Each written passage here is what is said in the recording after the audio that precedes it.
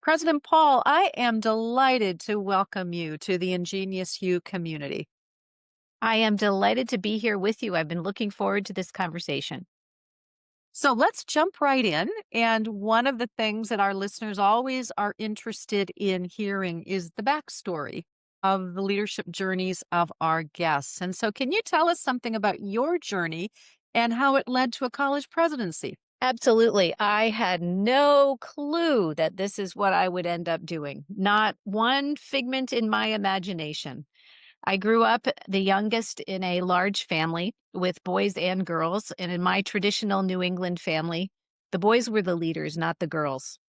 And so I never thought of myself as a leader. I became a very, very committed and passionate faculty member, loved what I was doing in the classroom, loved what I was doing with students, and found myself attracted to taking roles in various committees or initiatives on campus without really knowing what I was doing. And it was a faculty member, a colleague of mine, I will never forget. It was a colleague of mine who pulled me aside one day and he said to me, "You know, you're a leader. Have you thought of stepping into some sort of leadership role?" And at that time, the interest was in the faculty representative to the Board of Trustees position. And I looked at him and I thought, "Me?" But that was it. He saw something in me that I had not. Isn't that a typical story? And so that began a bigger picture journey in higher education. Still, I never thought of myself as being a leader in this respect. And then I was driving in a car with the then president of the College of New Jersey a few years later, and she looked at me and she said, "I think you're bored. I need you to be the interim vice president for student life.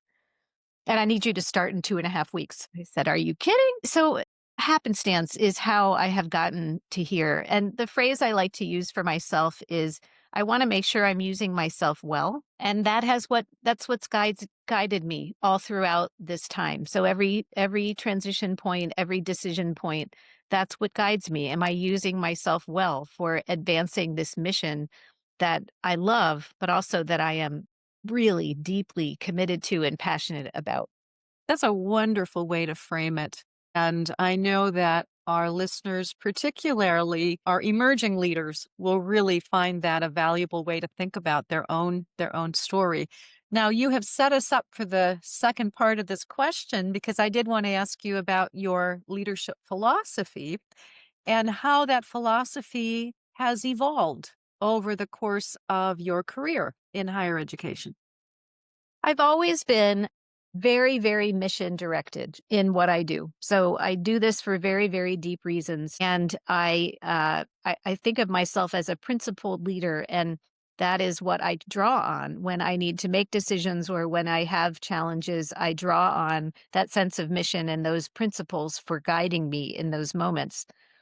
I think as I have grown as a leader, I remember well the challenging transition from being on the ground, if you will, for being someone who was very engaged with students, with community partners, with all sorts of entities, and then moving into a leadership role rather suddenly and feeling a sense of loss and questioning as to whether or not that is the best use of me. And I remember having a conversation with a very wise person who helped me to see that I can still have an impact on working for my mission, working for those principles, but it's a different way now. And so I think once I learned that really the constant is mission and principle. That's what I always come back to.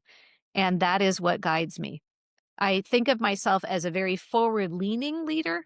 So I believe that leadership is to move us forward. Leadership is to create movement. It is to create dynamism in an organization or with a group of people. It is to move toward a vision. It is not to stand still. It is not to look down and to maintain.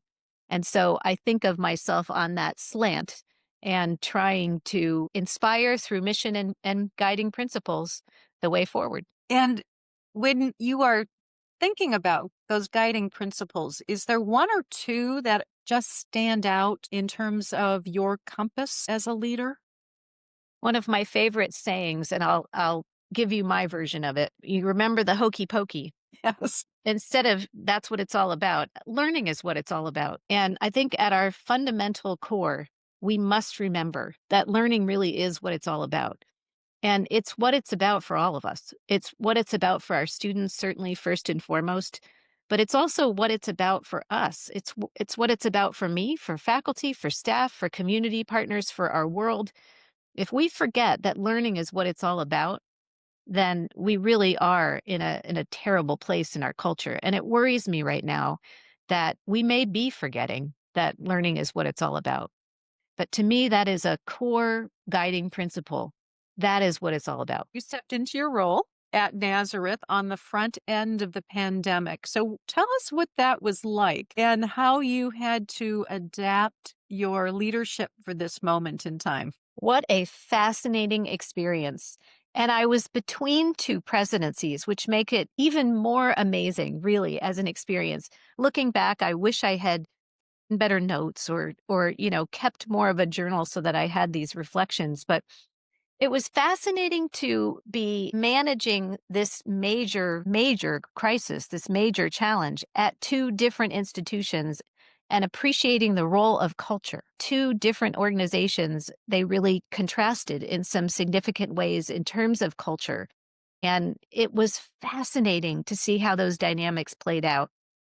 I think what I've learned most about my leadership and the leadership that I felt was so important at that time is empathic leadership. I think you had to excel as an empathic leader at that time. None of us have lived through a time like that. And we all experience things that we never imagined we would experience. And it's a very heavy and complicated psychological experience. And so holding that for people, understanding and giving people some grace in those moments was really important. Channeling that into good communication. And so trying to really reach out to different populations in different ways through different communication mechanisms became very, very important. You remember at that time, we were also confronting some really painful, centuries old dynamics in our society with the George Floyd death and also a local one in our community. And it was very, very difficult during that time to also hold those values.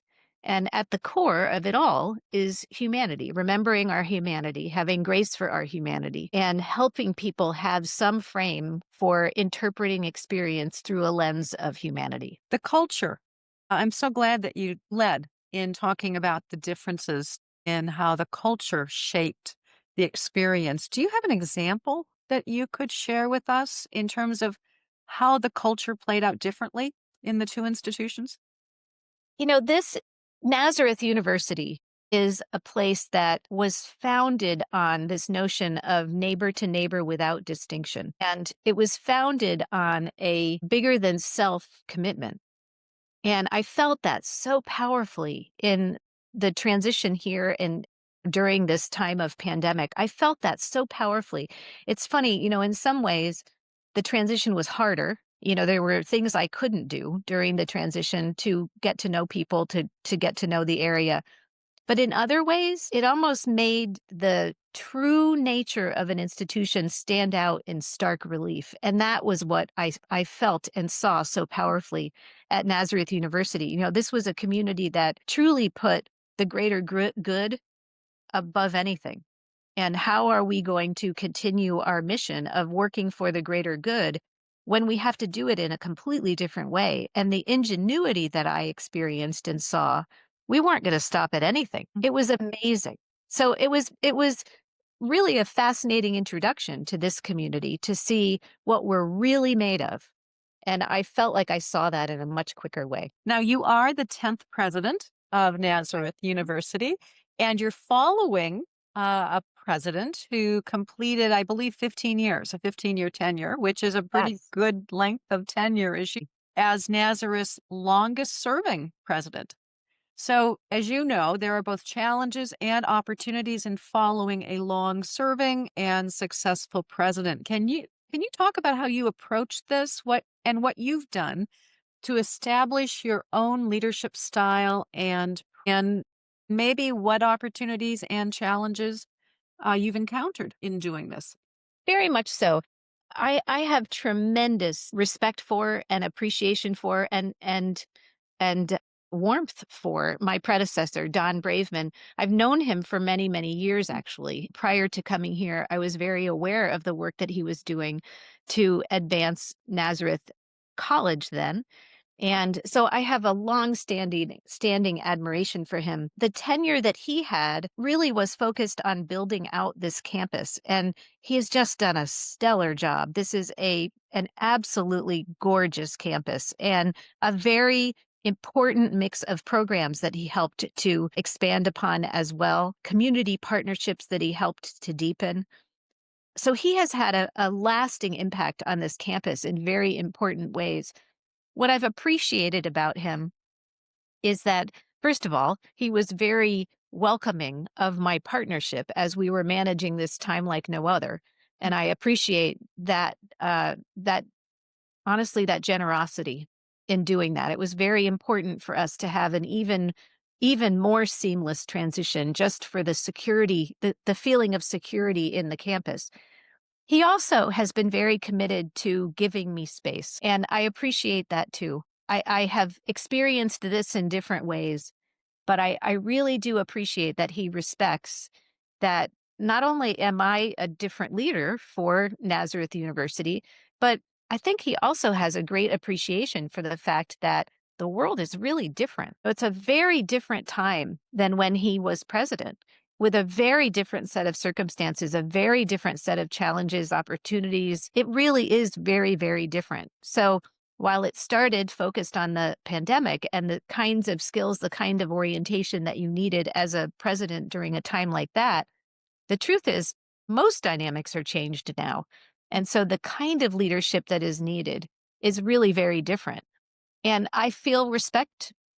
Feel his respect for that. I feel his appreciation for that. What I regret is that during a pandemic, it's really hard to have an appropriate exit or an appropriate entrance. We couldn't have a big celebration of Don as he was retiring from a really successful career. And I remember driving into campus my first day and, in order to do something with appropriate physical distance, the roadway was lined with students holding signs welcoming me to campus. So I regret that we had that was a hard transition point, but I have really appreciated the mutual respect that has really undergirded this whole transition and this whole experience. Well, it sounds like a gift and something that's It worked is. well for both of you. And you bring up something. There, as you know, were countless transitions during the pandemic that went unrecognized in the way that we typically might recognize them. And that really is a loss that I don't think we think about or talk much about in Mhm. terms of not having had that opportunity either to formally and fully express recognition for people leaving or the other. In your case, the welcoming, although it sounds like they did a pretty nice job of welcoming you to campus with the Well, I signs. think that's right. I certainly felt it on the other end as well. Especially I think at this type of institution, relationship is at the core of everything we do. Staff, there are some individual moments that ended up being quite beautiful, but that kind of symbolic transition, I think, is very important for the kind of cultures that we appreciate in these kinds of institutions that really are based on care and relationship. Indeed. Now, for our listeners who aren't familiar with Nazareth, can you tell us a little bit more about the institutions? Tell us something more about Nazareth and maybe the things that really distinguish the institution and your vision for the future of the institution. Well, it has been fascinating to come here now, and I'll tell you why. We are in our centennial year, and if you do the math, you will think that we realize that we were founded in 1924. So when you think back to the 90s and you think about the parallels with now, Mm, they're actually uncanny. I mean, they're eerie almost in how parallel these two times are. So if you think back to the 90s, the founders were coming out of the last century's pandemic. There were major questions about human rights. There were world wars that were being waged. There was economic challenge. There was significant social revolutionary change in all sorts of ways. And this is the spirit with which we were found. So, a lot of what I've done in the last few years is to dig right back into that core founding and to get back in touch with our soul, our spirit, our core DNA. You know, we were founded by the Sisters of St. Joseph, and while we have not had a formal relationship since the early 1970s, we are still of the Sisters of St. Joseph. And those founding charisms, those founding values are still very definitional of us today. So it is this notion of serving neighbor to neighbor without distinction, being very definitively an inclusive community. And that is an action verb for us, being a place that is of our current times. So I appreciate the honesty that Nazareth has in our community. You know, we are real about the world that we live in, which means that we are real about the opportunities. We're also real about the challenges. And that is a beautiful thing in a world that's trying to deny a lot of reality these days. We're also an institution that has been about changemaker education since our founding. So our founders founded us to be people who chose progress. Change is always going to happen, but how do you take a time of flux and create positive progress out of it, not just for yourself, but for the collective good? And so that is what we're about. We are a changemaker education campus. We educate people who have all different kinds of visions for our world to learn in a real way through experiential learning as the coin of the realm, and to apply themselves in their life's work as change makers. And it happens over and over and over again. And it is an incredibly inspiring thing. Can you say a little bit more about what value you believe that these add to the student experience and share an example or two of a successful initiative in this area that you're personally proud of? Very much so. That has been something that has been central in my career since my early days. I believe very much that we are all community together and that we are all learners and we are all teachers. And the community partnerships that are best are those that are based on that kind of mutual understanding, mutual respect, and mutual focus. So, a cornerstone of my work has been developing community partnerships in that spirit. So, not as much in a spirit of charity, if you will, but in a spirit of collaboration, coming together, perhaps from different vantage points and different assets and realities, but coming together in an equal way to work toward positive change. So we do that in all sorts of ways here. And you're right, it is a really wonderful fit for me here. I feel a great sense of connection with what Nazareth has always been about. And it's actually a very deep feeling of, I don't know if it's relief or I don't know. It's a beautiful feeling to know that there is a place like Nazareth University that makes this work so real and for the right reasons. I have long been engaged with the Bonner Foundation and the Bonner Leader and Scholar programs. This is the fourth institution at which I've been involved in bringing the Bonner program to campus. And what differentiates the Bonner programs is that they are very much focused on that kind of mutual partnership, and they're focused on capacity building community engagement rather than band aid applying, if you will, community engagement. And it's really inspiring to work with students, faculty, staff, community partners of all types to focus on some sort of community issue and to make a concrete difference.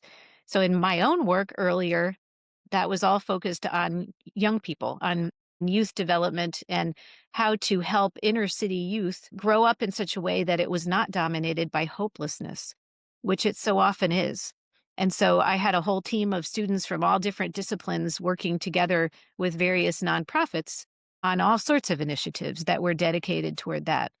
And that's the kind of thing that happens all throughout this Nazareth University community. So our students are regularly out working in community side by side in partnership. and not just once. This is something that is a continuous experience in their education. And by the time they graduate, they've been leading community Mm. initiatives. It's really powerful. So, yes, that is something that is near and dear to my heart and a really beautiful part of what Nazareth University is about. There is integrity and honesty of mission here that I find sometimes doesn't exist at places because it takes courage. It takes courage to lead this mission and to live this mission. And sometimes that's not present in our organizations, but I found it here and I'm really pleased that I did. And what an impact for students to be graduating students and sending them out with that kind of heart and mindset for the community. I can't think of much else that is as important uh, for the world today, for our society. So I can see why you gain so much meaning and satisfaction from your work in that regard. Now, you also have a reputation as a thought leader in the learning innovation space. And so I just have to ask you, as you look to the future of higher education, what learning innovations do you believe are going to be most impactful and why? How to relate with one another, how to communicate with one another, how to be in the presence of a lot of different people and draw energy and insight and learning and joy from that. I truly am at the point now, and I'm a psychologist by training, and my early work was all around how people learn how to have fulfilling relationships. Mm. And I remember thinking, gosh, now maybe 30 years ago, someday I think we're going to get to the point where in higher education, we're going to have to teach this more directly, and we're there. So that's the innovation that I think we need to be thinking about right now. We're now living in a time where people are having a very difficult time interacting with one another in a civil way or interacting with one another at all. We have high levels of loneliness. We have people who are very much isolating with various kinds of behaviors. And as human beings, in order to be healthy and in order to be fulfilled as human beings, we need human interaction. And so it worries me a lot that we're in a world right now where the humanities, the study of humanity, is diminishing because we are in a time when we need that more than ever. And so, how do we engage a young population? How do we engage an old population? But how do we engage a young population so that those parts of their humanity can be fed and they can grow into successful, but also fulfilled, thriving adults? And how does a small college like Nazareth address that? Um, or other similar kinds of learning innovation initiatives, particularly in the rapidly changing landscape of higher ed, where we hear so much rhetoric about job preparation and career skill preparation and AI and chat GPT and all of those things that can make your head swirl. It's very natural for us to work on it. In this type of institution, it is very natural for us to work on helping people to have fulfilling relationships with one another. For our undergraduate students in particular, we are a primarily in person, high touch environment. And our students want that. That's one of the things that came out loud and clear following the pandemic is that they want to be here and they want to be here in person and they want to be working together. They want to be interacting. It's actually really hopeful. So we are very overt about doing that. We've incorporated some aspects of this kind of learning into our introductory courses. We're very overt about emphasizing how do you talk with people that you don't know? How do you have a conversation with someone with whom you have very differing views? We have a whole dialogue series this year that is teaching different approaches to dialogue and then applying it to different kinds of conversations. We're really being very overt about it. And it is directly tied not only to one's thriving as a person in society, as a citizen, but also as someone who gets satisfaction from applying themselves to a purpose, Mm. which is work. And I think we sometimes forget about that we almost think of it as a in a more practical way. And of course, there are practical meanings of work, but there's a very deep purpose fulfillment that human beings accomplish in work. And so that's a lot of our focus. Our focus is on life's work Mm. and how are our students going to apply themselves, engage themselves in their life's work. And all of these skills are essential. Now, let me switch gears. I want to talk about building inclusive communities. And under your Yes. leadership, Nazareth University developed a visionary strategic framework to guide the university forward with a focus on deepening a learning community that values and supports student change making and belonging. So, can you tell us a little bit more about these initiatives and the impact you're seeing and what you're learning from this work that is underway as we speak? Absolutely. So change making, as I mentioned to you, is really at our core. Is while we didn't use that word back in 1924, it's clearly what our founders were. They were change makers, and they saw an opportunity to bring a different kind of person into our society as a leader working for progress. And it happened to be women at the time that we were founded, as you know, and it was a very important commitment to create change by educating change makers.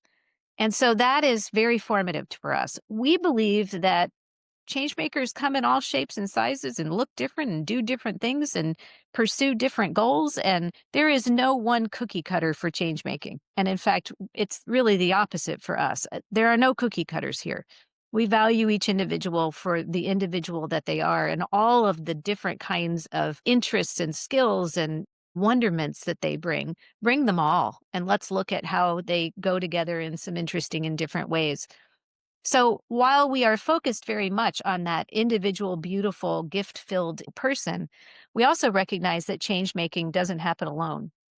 It happens through relationship. It happens in collaboration. It happens when people come together and apply themselves to finding a novel solution, forging a new path that can be better progress for the whole. And in order to do that, you have to be able to work with people who are not like you. And so that is a major emphasis of this beautiful community. And we have seen certainly through a lot of hard work of a big team. This is the work of everyone. It is not the work of one person in a community, it's the work of all of us. And when you do it that way, it's not easy because you have conflict. People come to this in different places in different ways, but you're honest about it. And you are able to then work your way through some of these conflicts to be able to achieve an even more equitable as well as inclusive and beautiful environment. And that's certainly what we're experiencing here. So there are all different kinds of initiatives all across the board. Different disciplines have developed different things that are emphasizing change making. And our students also take that initiative to develop in that direction as well. So it's really been wonderful work to be part of. You know, I'm struck by how eloquently you connect the dots between these different missional elements. And it sounds to me like you've done a lot of thinking about it, but it's also I just want to make that observation is Thank it just is very coherent, which you don't always see with a university strategy or mission. And yet you're able to beautifully tie the dots together, which then has a very impactful outcome for students and for the entire community, I think.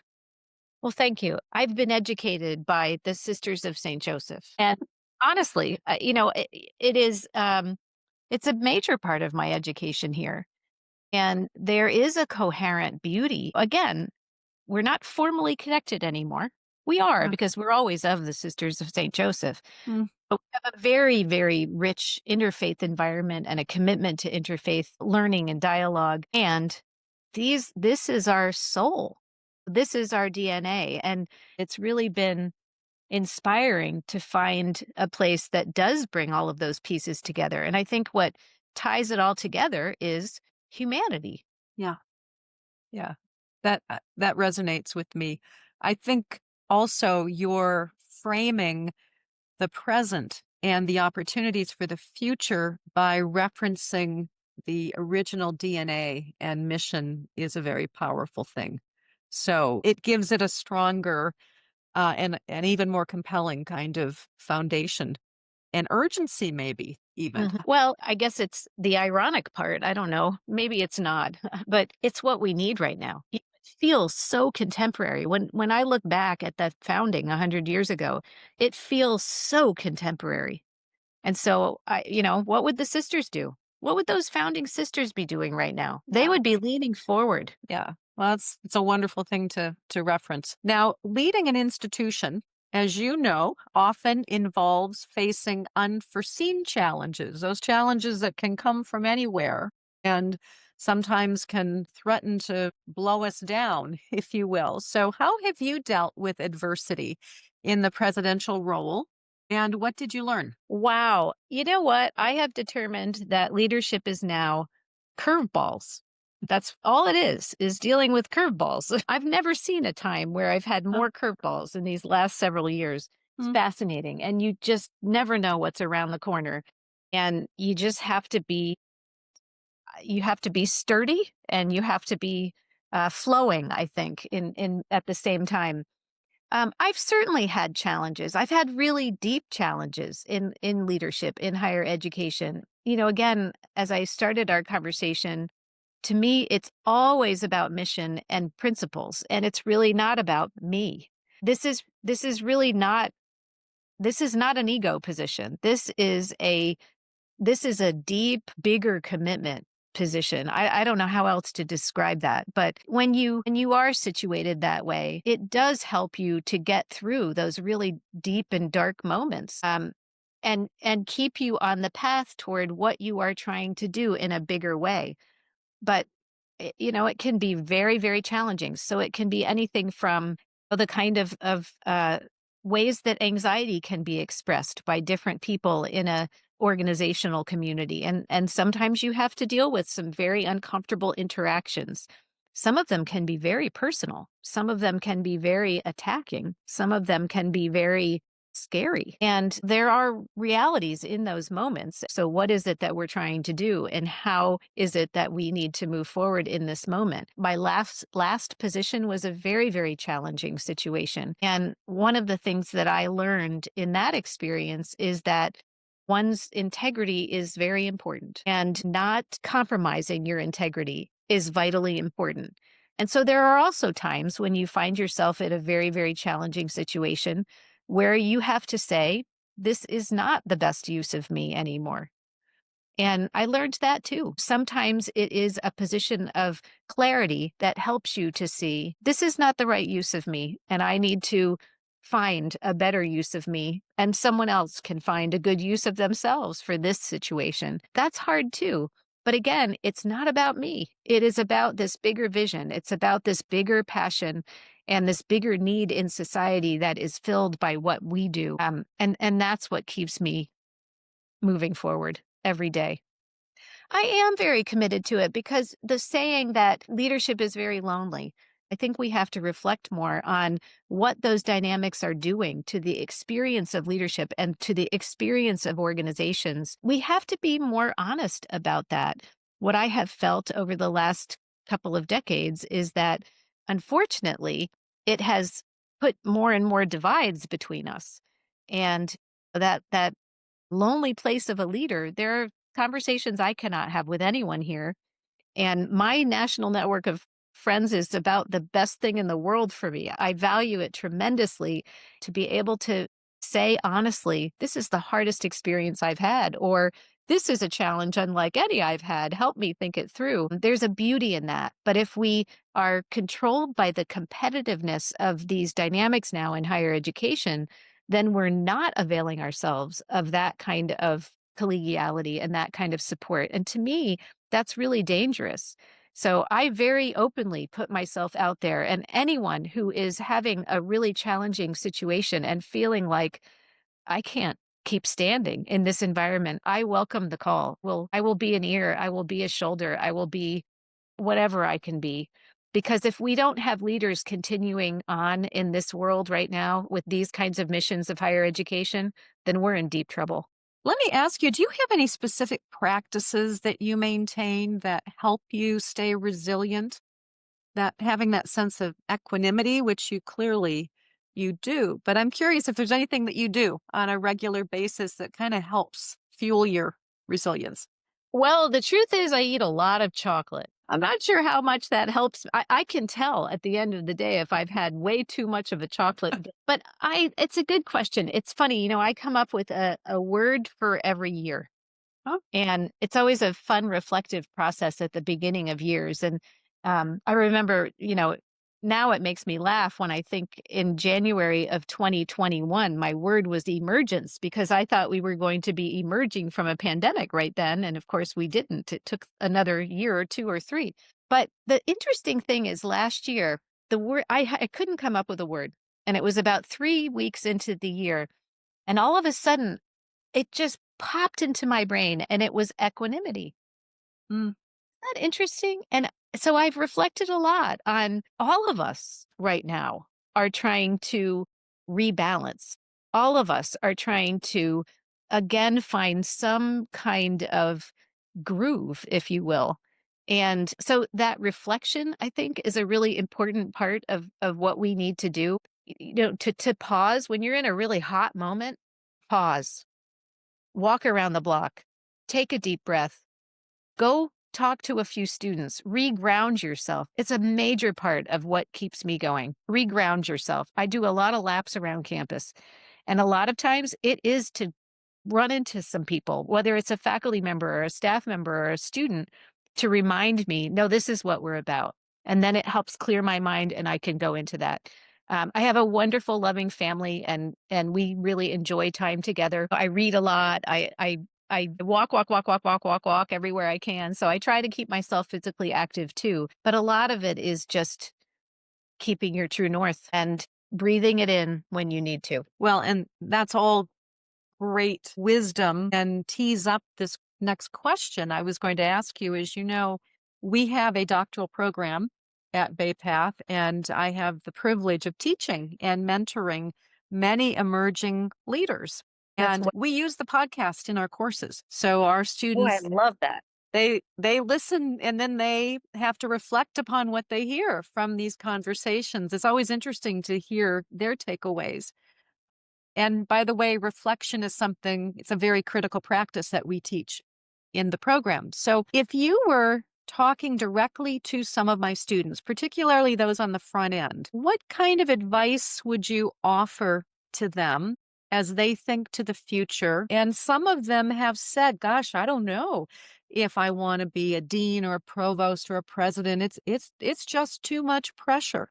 So what advice or guidance would you offer to them? If not you, who? That's a major one. I would also say stoke your network outside of your local network. So, you know, I love that you're doing this with your students and that at that time they can be developing community together. They can be developing these relationships that they may not realize it right now, but they will last them a lifetime and they will be lifelines as they go forward. So be generous, again, in this competitive environment. And we do find ourselves in those competitive dynamics. Don't forget to be a lifeline for others. And you're not alone in the work that you will do. You'll feel it, but you're not alone in the work that you'll do. I feel that we are in a very scary turning point in our society. And it worries me tremendously that we are denigrating education as much as we are denigrating education right now. And we need this kind of higher education more than ever for more reasons than ever. So I mean it. If not you, who? And if not now, when? Because we're at that juxtaposition where I think we're in a dangerous place. The other piece of that I emphasized in the last answer, and I'll just say again, is it's not personal. It will feel personal. I never know how to say this. On the one hand, it is deeply personal. Like this is being driven by deep personal passion and drive. There's no question about it. Like a deep belief in what our world needs. But it's not personal. And you are going to be the target of a lot of, I think it's anxiety. I think of it as anxiety. So when I'm the target of conflict or hate or whatever that might be, and as a leader, you're a magnet for that kind of thing. I always think of it as that is how someone is expressing anxiety. And I try to have that perspective. I try to have grace for what that must be. And as a leader, I can't soak it in. I have to be a container. I have to hold it. I have to be respectful. I have to be that calm presence, but I have to keep moving. So it is deeply personal, but it is not personal. And the most important thing is to keep on moving. Very well said. So thank you. Thank you for that. We have one final question, and this is a question we ask everybody who comes on the podcast. As you may know, it's our signature question. So, if you could leave one transformative idea or piece of advice that would shape the future of higher education, what would it be and why? Don't give up. To me, there is a lot of power in intergenerational learning. And I'm really fascinated by some of the innovations that some campuses are exploring for intergenerational engagement and learning together. I think we're again, we're also struggling with that right now. I mean, every day you open the newspaper and you read about what's the Gen Z employee looking like and how are they different from the boomer employee and, what conflicts are going to appear, that kind of thing. But what I see is opportunity for learning together that is really powerful. In particular, we have to help our younger person. This sounds a little funny, but fall in love with older people. Because if we're a community that doesn't value the older people that are doubling in volume every day, I think, we're going to be in a really poor version of society.